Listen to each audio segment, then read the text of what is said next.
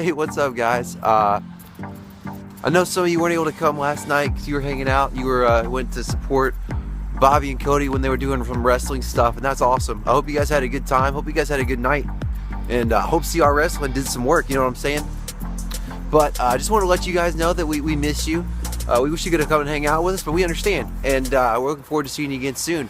And for those of you who couldn't come for that or for some other reason, I just want to do a little quick recap, you could call it a Devo, but really it's just kind of looking over what we did so you guys know what we talked about, what we got going on, and some things that we've got to look forward to this year. So we were talking about New Year's resolutions and the things that we do and the reasons why we make them. And the reasons why we make New Year's resolutions a lot of times is because we want to be better people. You know, we want to do better things. We want to have better friends and better relationships and stuff like that. And we do those things because we want to accomplish something. We want to reach something more than what we have. And those are all good reasons. Those are all good things. There's nothing wrong with looking forward to something like that. But we also have to look at the reasons why we fail. I mean, how many of us have made a New Year's resolution, decided, hey, we want something, we want to accomplish something, we want to do something better. And then, by March, April, May, we've already given up. We've already, lost that New Year's resolution because we just couldn't do it. We couldn't keep up with it. And we missed out on it because even though we had good intentions, even though we were doing the best we could, we didn't make it. And the reasons why we fail those things is because they're hard. Sometimes they take more effort than we thought they were going to. They take more time, they take more energy than we thought they were going to. Or, we get depressed, we get exhausted because we thought, hey, things were going to change more quickly than they ended up changing. We thought things were going to end up better than they ended up being. We thought, hey, if I change my attitude, if I change the things that are important to me, if I change the way I treat people, then, I'll make new friends, or I'll have more friends, or I'll have better friends. We think that when we change things, then everything else is going to change for us, and that's not always what happens. Unfortunately, we can't always change the way life treats us, and we can't change what happens around us. And one of the things that I realized as I was thinking about this, as I was looking at things, is that all of those reasons are because we're trying to change ourselves. We're trying to take the same us that was us in 2015, and we're trying to make that same us just be better in 2016. We're saying, I'm going to add a better attitude, or I'm going to take away a bad attitude, or I'm going to try better in school, or I'm going to try to find a job, I'm going to try to do something with my life. But while we're doing that, it's always just us. It's the same us that we were last year, just better.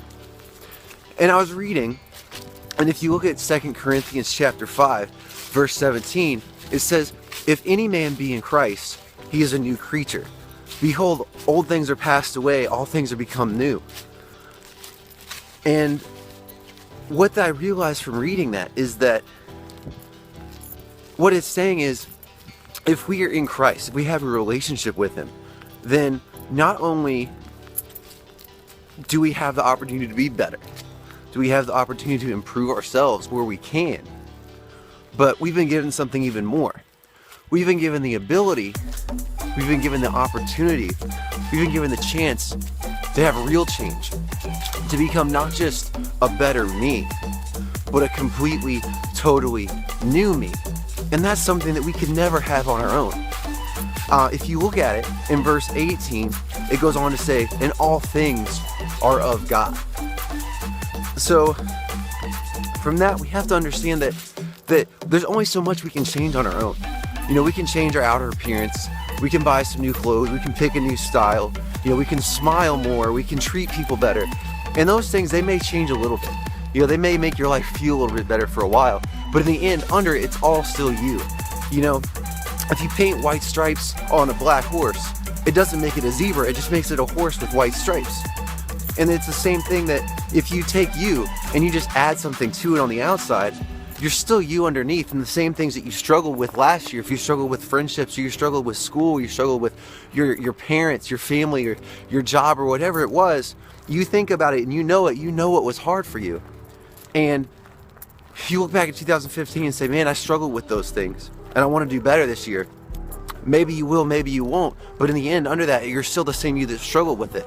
But if you're in Christ, if you have a relationship with Him, then you don't have to be that you anymore.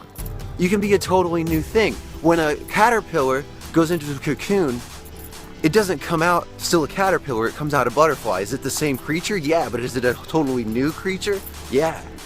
It's both of those things. It's the same and it's new. And that's the same thing that goes into us. It's a total metamorphosis, a total change. And that doesn't mean you're not you anymore, but it means it's a new you, not just an old you wrapped in a new package. So I want to encourage you guys, take that to heart today.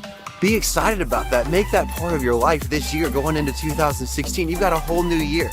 And God's giving you a chance to make real change, to be a totally new version of yourself. So don't waste it. Don't let it slip past. Don't let it slip away from you. But take that real change, let it be a part of your life. Realize that it comes from God and trust Him totally, completely. Trust God to give you a new you in 2016. Don't try to do it on your own. You tried that last year. Don't make the same mistakes again, but commit yourself to Him. Learn from Him. Learn what makes Him tick. Learn everything you can about Him, and then apply that to you. You know, if God's giving you this opportunity, don't waste it. Let Him work through you. Let Him make you a better person. And I think if we all do that, if we can all commit to that, then we're all going to have a better year this year. And we're all going to have a better year together. And I look forward to going through that with you. And I hope you are too. So I just wanted to let you guys know that today. I just wanted to talk to you guys today. And I hope that that's something that helps you get through this year, that helps you do better this year. And I look forward to seeing you guys soon. Hopefully we'll hang out sometime. And I'm looking forward to it. So I hope you guys have a great day. And I'll catch up with you guys later, all right?